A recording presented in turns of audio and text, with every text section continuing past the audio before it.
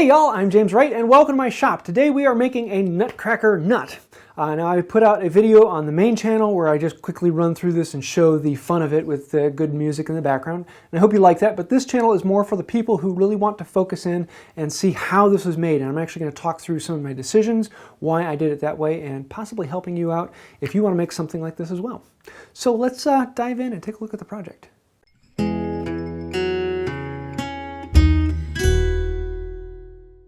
First off, in this project, I actually need to make some plywood. I want the grain of this to be going in two different directions as opposed to all being going in the same direction.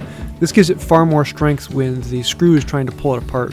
If it's all going one direction or another, that might actually sever the fibers, but putting them cross-grained at 90 degrees gives them a stronger surface. It makes it a little bit, well, more interesting in that the grain goes one way and then the other. It makes it a lot more difficult for cleaning up though.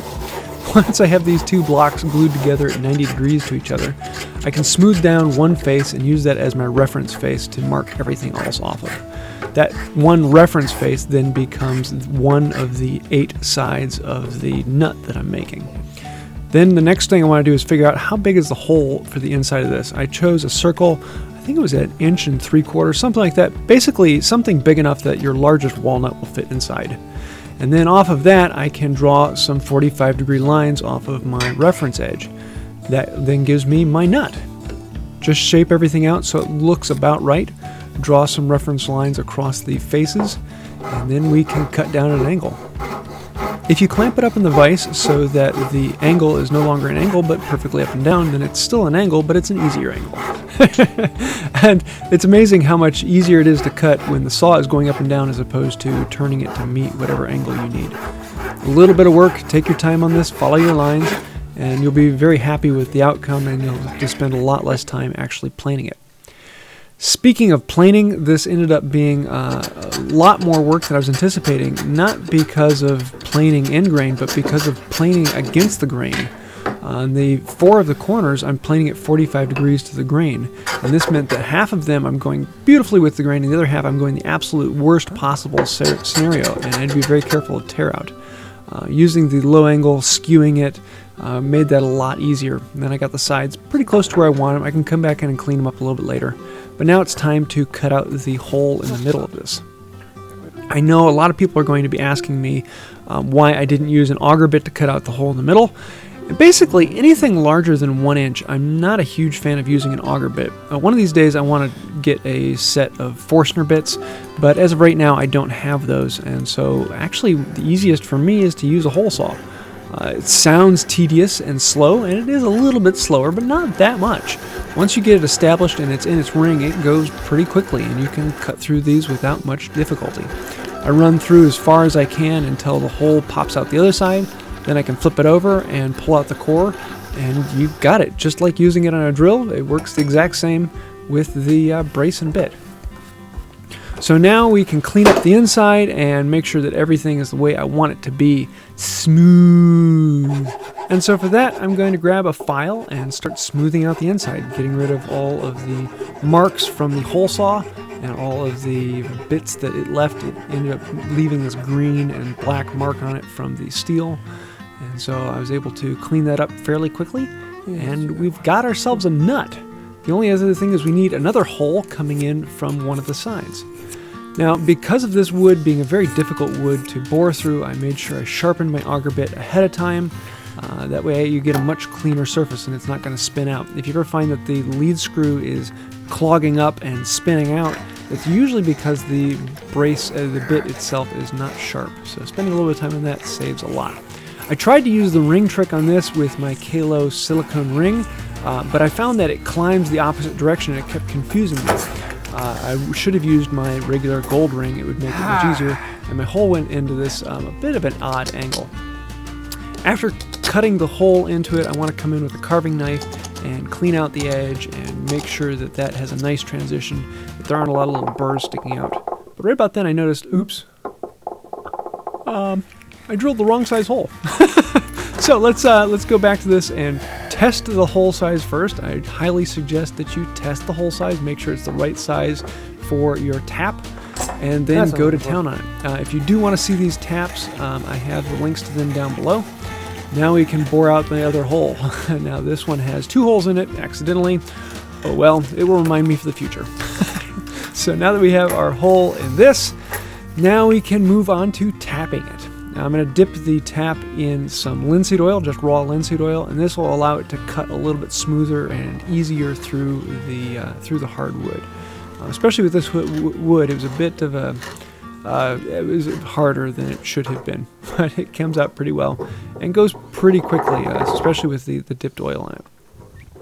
Now that we have our threads in the block, we need to start working on the threads in the bolt.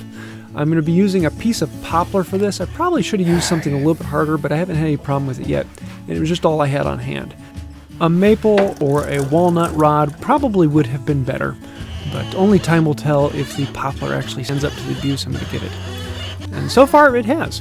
The nice thing about the tap and die set is you just crank it down on, and if you've soaked it in linseed oil ahead of time, it goes really nicely and the threads tend to stay fairly well. If you don't soak it ahead of time, you'll see some chip out on the threads. It's not a huge deal, but they look a lot better once they've been soaked as opposed to doing them dry.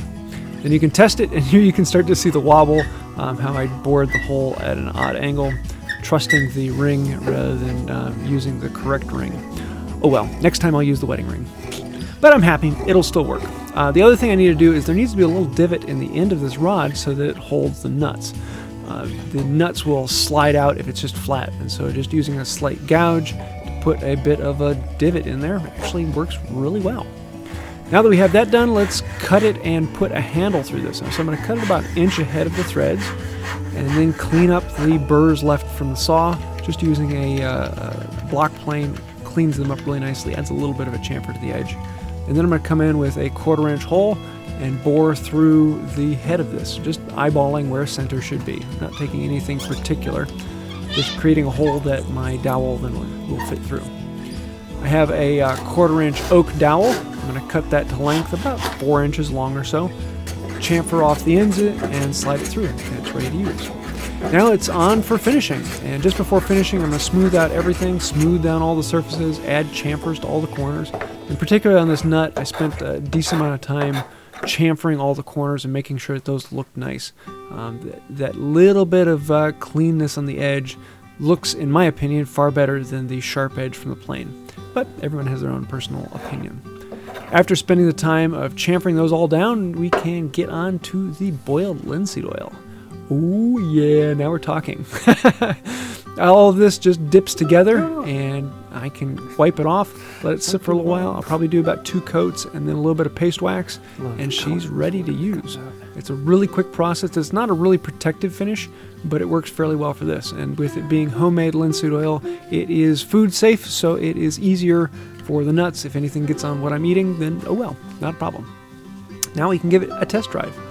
I was really impressed with this. The walnut's really easy, but I tried some of the other ones, the hickory nuts and almonds, and it went through everything I had in stack. So yeah, I'm really happy with this. The nice thing about it is you can put a certain amount of pressure on it and just break the outside, so you're not going to be crushing what's inside, accidentally squeezing too much. I haven't quite gotten to the point yet where I can pull out the inside of a walnut all in one piece, but I can get it in 2 halves almost every time now. A little bit more practice and we'll have it down. And I am happy. I've been eating a lot more nuts recently than I should have. But yeah, there's the Nutcracker. I'm loving it.